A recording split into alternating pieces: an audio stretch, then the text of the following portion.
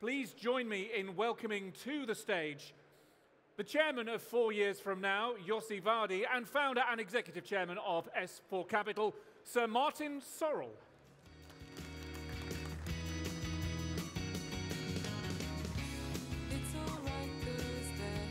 Thank you very much.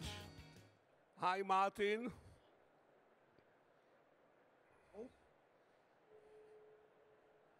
Can you hear me okay?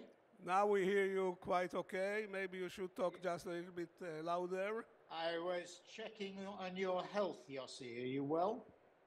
I'm well, yes. And you?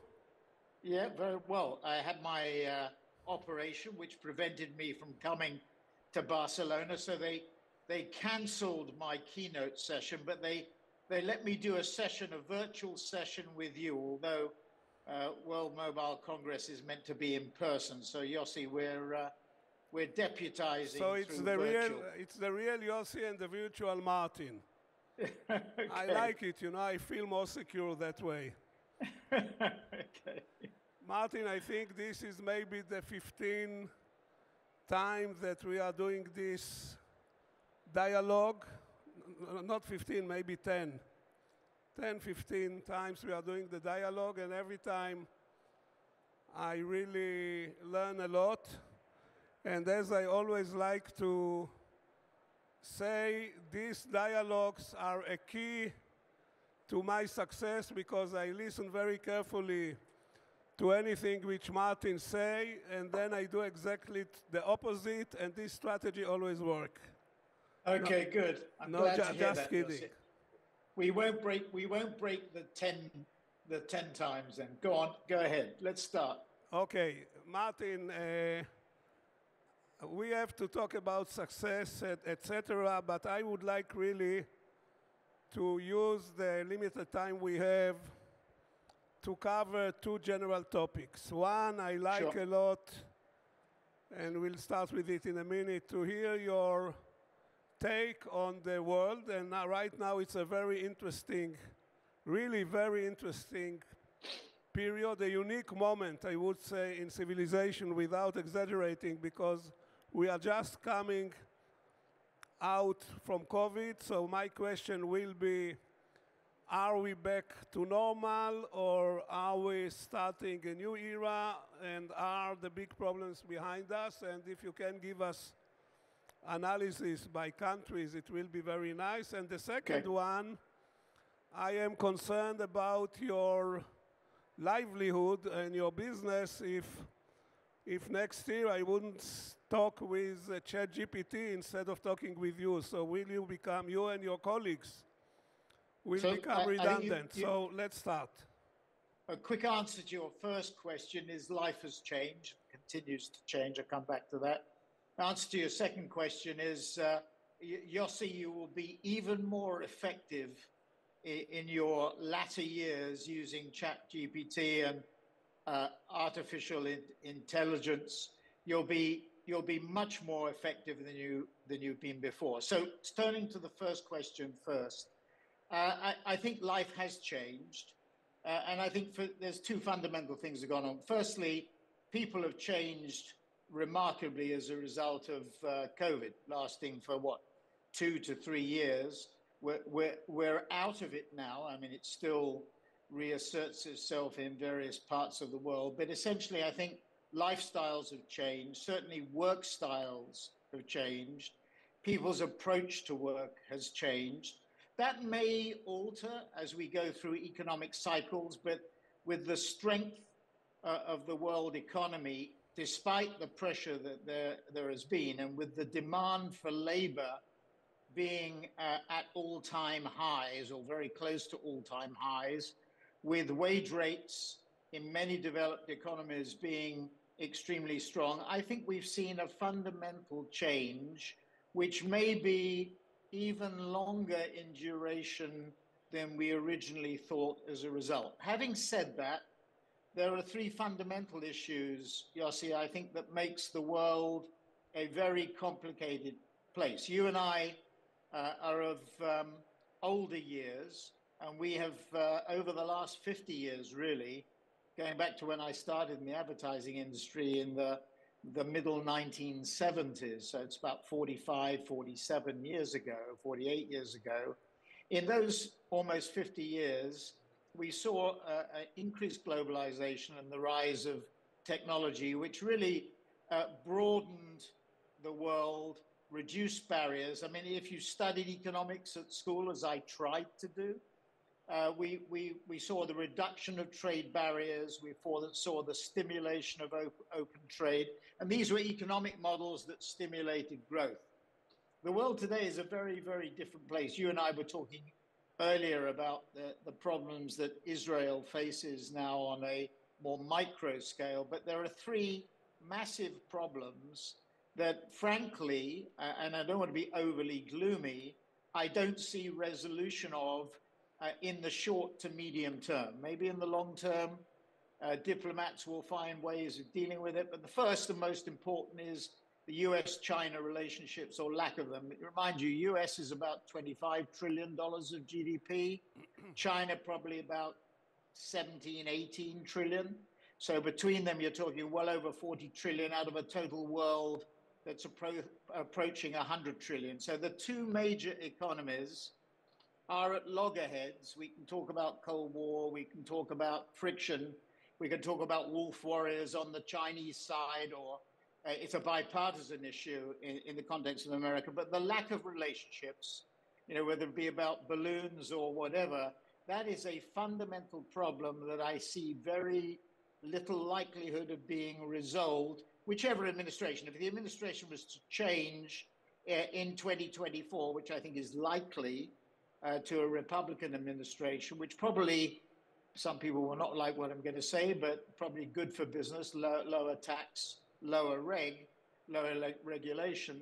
That's a fundamental issue that is not going to change, US-China relationship. And that continued friction is a real problem. The second is Russia, and very much in the context of Europe.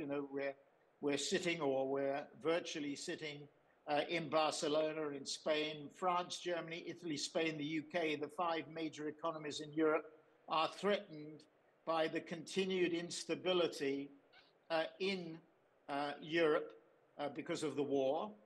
And I don't see, even if there was regime change in Russia, I see little chance of Russia changing its stance in the short to medium term in terms of its foreign policy and policy towards war and conflict.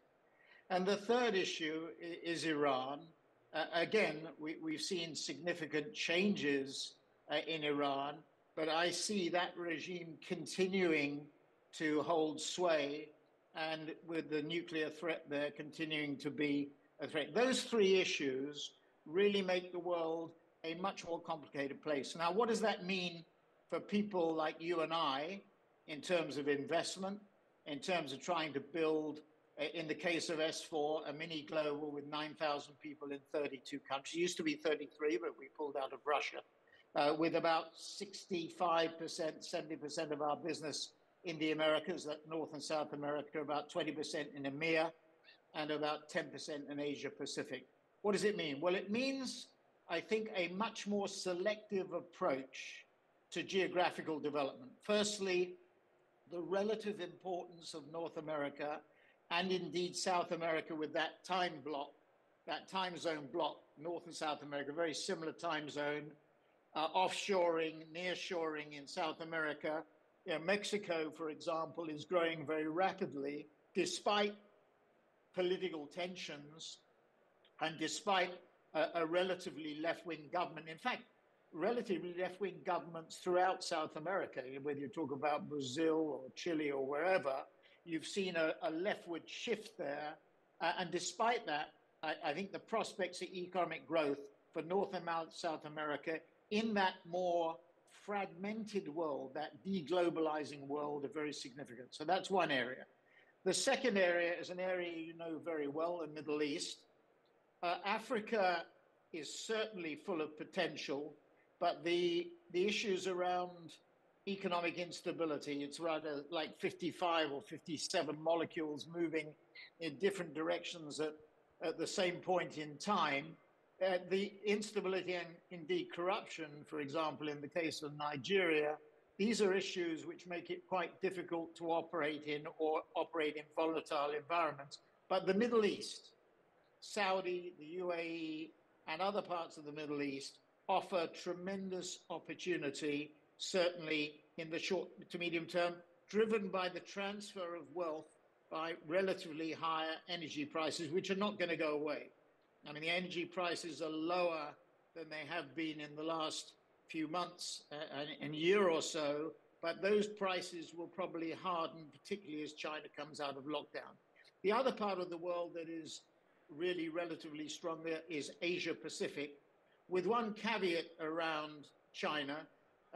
The problem in China is for those companies which have very big exposures to China already, and most of our clients are their number 1 or 2 or 3 markets are mainland China.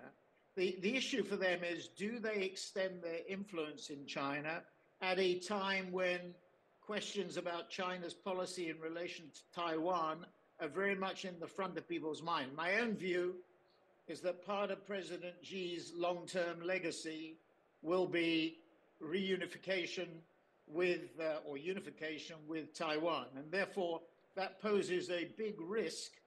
For example, I was reading an article today that Apple is going to move its production out of China far faster than people anticipated. We've seen it already into Vietnam and India because of the lack of relationship between Beijing and Washington. So those are the blocks that will benefit. I think the block that is going to remain under pressure is the block where you're sitting, and where I am sitting that's Europe, which I think faces tremendous pressure.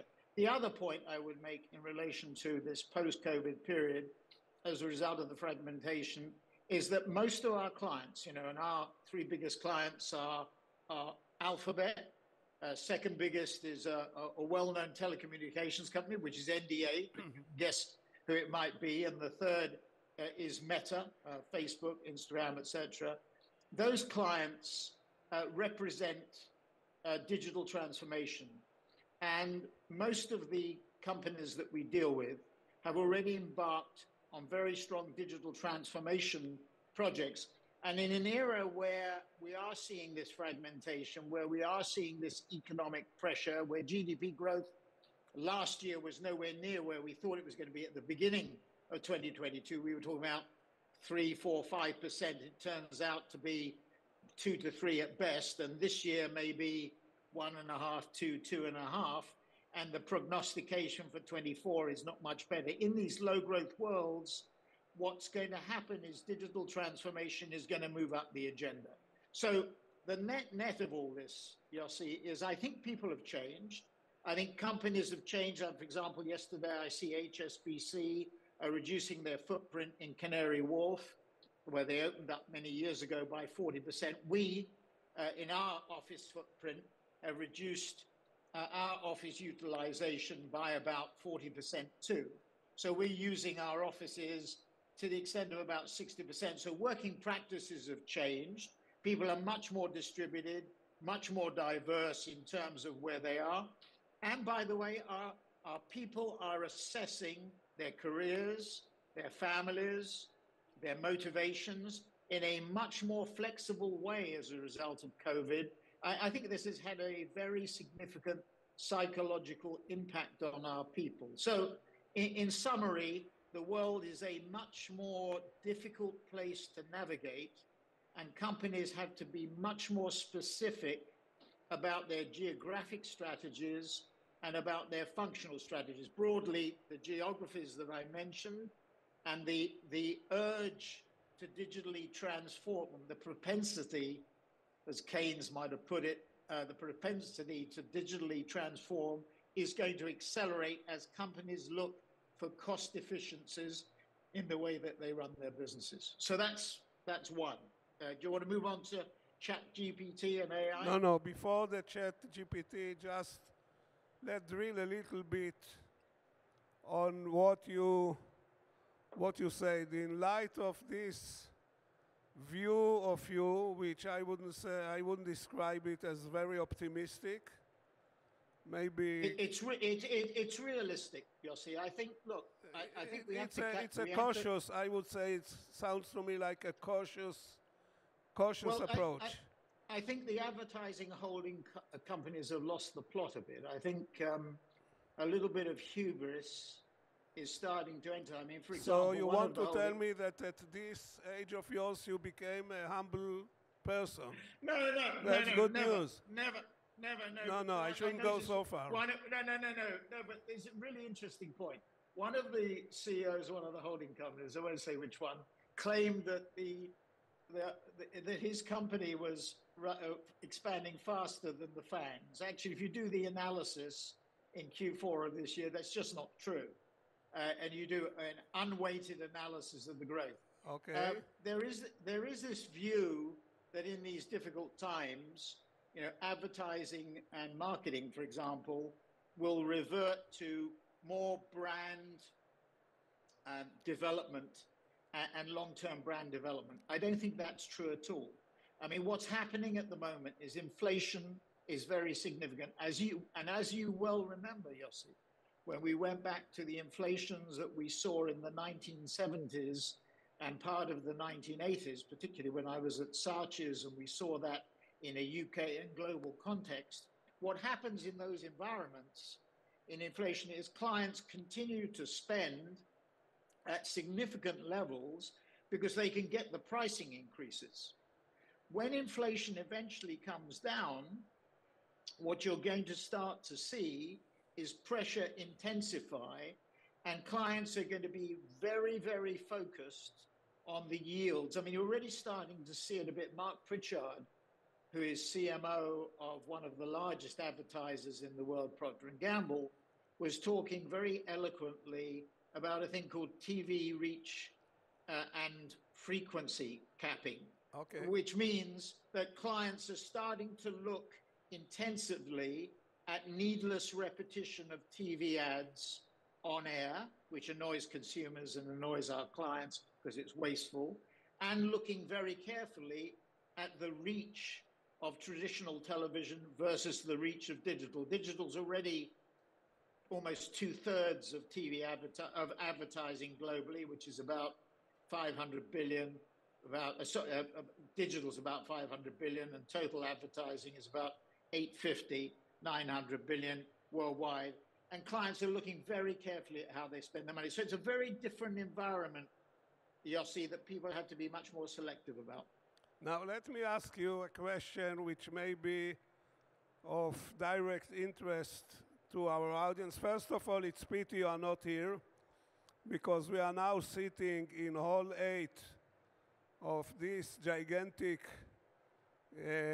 exhibition center, and Hall 8 is dedicated only to startups from all over the world. We have here about 25,000 young kids, and all of them are going with a big sign, "Sir Martin, buy me." And we need to know, you always had a very good nose to how you should expand your business. And can you share with us what are the themes or what are the areas that you are now looking to invest in? And also, if you are investing in startups, or you wait until they become very big and very expensive and overpriced and only then? Well, we have two vehicles, really. We have S4 Capital, which we started just under 5 years ago from zero. And as I say, we now have, 9,000 people in 32 countries, as I mentioned before. 9,000. 9,000?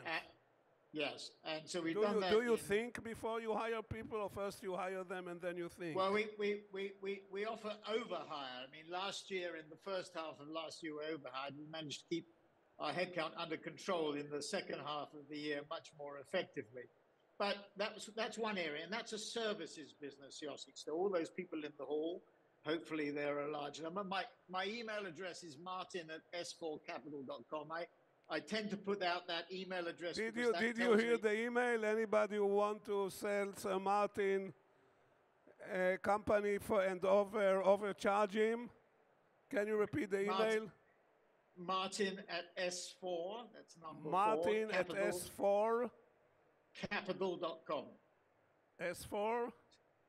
Capital, C-A-P-I-T-A-L. S4capital.com. All right, okay. So we have very a good. All of services you are invited to send, and you promise you answer each one, even if it's negative. I promise. I promise. I promise. Okay. So, and what are the things? What are you looking for? That is a services business. And that is purely focused on digital advertising and marketing services. We're focused on content, digital advertising content, data and digital media, and what we call technology services, which is digital transformation. We're unitary. We're one brand, Yossi. We trade under the... I hope you see how everybody is putting your email right now to his address book. It's quite funny. We are unitary. We are one operating brand. So that's the fun. And we go to market as faster, better, and creating more value. So we have a new positioning, which will be launching shortly in the marketplace, which is very focused on delivering results effectively. But that's a services business. So anybody in the room or the hall or the Mobile World Congress who is in the digital advertising services business, we should talk about. That's one thing. The other thing we did was, in relation to the panel that was just on before us, is set up S4S Ventures together with Stanhope Capital, which is Daniel Pinto is one of our core investors in S4 Capital. And we raised about $100 million. And Sanya Partalo, who you remember, Yossi, used to work with us at WPP on partnerships. She's running the fund. And we are making investments in early stage technology using the technologies that we see in our services business. So Web 3.0, the metaverse, ChatGPT or AI, artificial general intelligence, these are areas where we think there are significant technological developments that we've seen. You know, our 9,000 people in those 32 countries see it firsthand what our clients are starting to do with technology, and we think we can use that knowledge to develop technology investments. But we don't want to mix the two. So we have a services business which focuses on servicing clients. I mentioned Alphabet.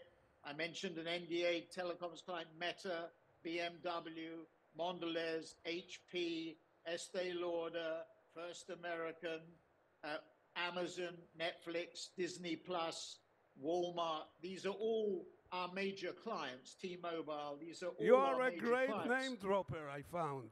Oh, well, no. But I want to give you an idea of the clients that we work with. 50% of our revenues in tech, and then we want to utilize that knowledge to working to trying to understand what's happening technologically and invest in early stage, not pre-revenue, but we tend to be Series B, Series C, and beyond investors. How many companies you buy a year, you know, to see if they should send you an email at all?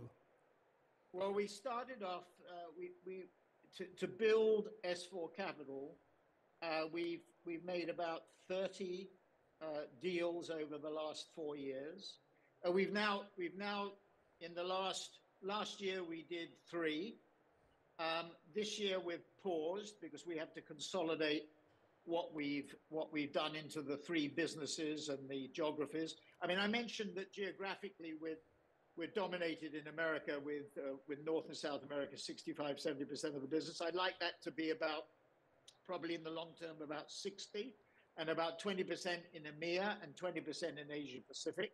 And then functionally, we're about 60% in content, about 30% in data and digital media, and about 10% in technology services. I like that balance to be probably about 50, 25, 25. The tech services area, Yossi, the digital transformation is a really important area. It involves 3 functions inside clients. It involves the marketing function, the sales function, the IT function. And MWC is a very good example of that, because you have people at the conference who are involved in marketing, they're involved in sales, and involved in IT. And any CEO embarking on a digital transformation program really brings together those three functions and tries to drive them. We're very interested in AI. We think, I mean, getting to the heart of your question on that, we think it will have a fundamental and profound impact on the way that our 9,000 people operate, not just in creative, but in data and digital media, and in technology services, and in every country in which we operate. It will make it much simpler, Yossi, for a 9,000 person operation to compete against a 100,000 person operation. You know that Alexander the Great used to know the names of each and every soldier in his 17,000 people army. How many of the 9,000 employees you have, you know their names? Well, I can't claim, did Alexander the Great know his elephants too? Well, that was Hannibal. But look, the answer is I would like to know everyone, but I do write to every one of them every weekend on a Sunday. Have done it for, I think it's 151 times, actually. We started to do it in COVID because we thought that communication with our people was critically important, that at times of great uncertainty, which I think will continue, going back to the original question you asked, we are operating in much more volatile times. You know, when you and I started, Yossi, it was much easier. Wherever you planted I started 6 years before you. You know, you are a kid. If you started in mid-70s, my first startup was in 1969. Yeah, you're still a baby, but you know, when we started, it didn't matter where you were. Last question to this part, and then we move quickly to the other one. How you are dealing, in light of what you say, with the old French saying that there are more stupid people among the buyers than among the sellers?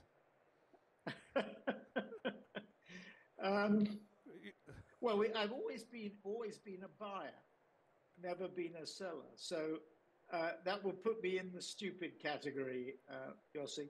No, I've always, and I think this is a really interesting point. You know, my father believed in long-term brand building. And I think, you know, going back to your question about COVID and whether I think there has been a very significant change. When my father, you know, and his grandparents left the Ukraine and Poland and Romania and landed up in the UK, the premium was, you know, you got a job for life. You went to work with a company for life. That was the mark. You know, instability, wars, unemployment drove people that way. Today is very different. You know, the premium is on starting something and selling something. You know, the average life of a company in the FTSE 100 or the S&P 500 is whatever it is. McKinsey, I think, had a statistic of 12 years. So the volatility, coming back to what we were talking about, is much greater. And the philosophy that my father had, and which he encouraged me to espouse, is about long-term brand building, which is ironic given what I think is happening in the advertising and marketing services industry today, because I think people are very short-term, and I think we're going to see that. In 2023 and 4, there will be a premium on activation and performance, the sort of things that we do at S4 Capital and Media Monks lower down the funnel, and on technology and technology services in order to reduce cost. Very much more short-term in philosophy. And I think that's the same thing in the industries represented at NWC. There is not a premium anymore on long-term brand development. It is much more transitory and short-term. And you see this with serial entrepreneurs. They move from one project to the other. So the answer to your question, is people are both buyers and they are both sellers, and they do it in multiple ways. Okay, thank you. Very different. Very different.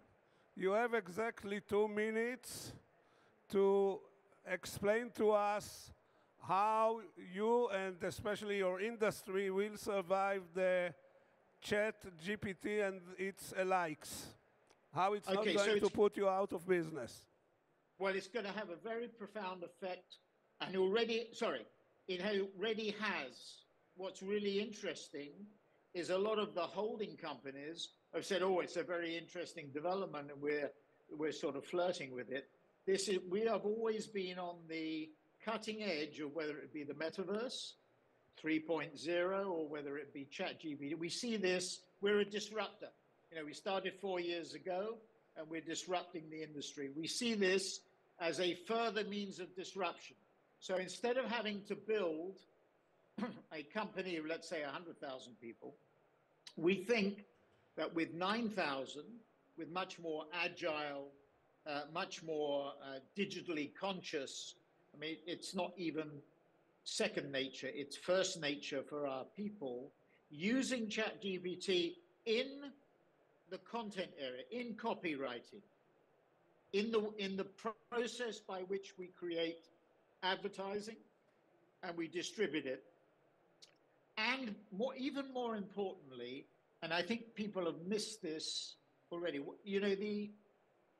the big platforms before didn't want to get into direct relationships with the clients because it meant using a lot of people for servicing. That is going to change as a result of AI. And what you will see happening is the platforms dealing much more directly with our clients and using companies such as ours as referral points. It's like the old story. You wouldn't give Murdoch your advertising budget because he would deploy it with his TV stations or his newspapers, and you'd always want a third party to evaluate it. But you're going to see a much more direct relationship, Yossi, in the media planning and buying area, which is, by the way, the cornerstone of the big advertising holding. It was a WPP, which we built over 33 years. The cornerstone of that business was media planning and buying. That nature of that business is going to change radically as a result of AI. And you're going to see much more direct relationships. There will be third-party involvement for ourselves and in an advisory capacity, but it's going to be of a very different nature to what we've seen.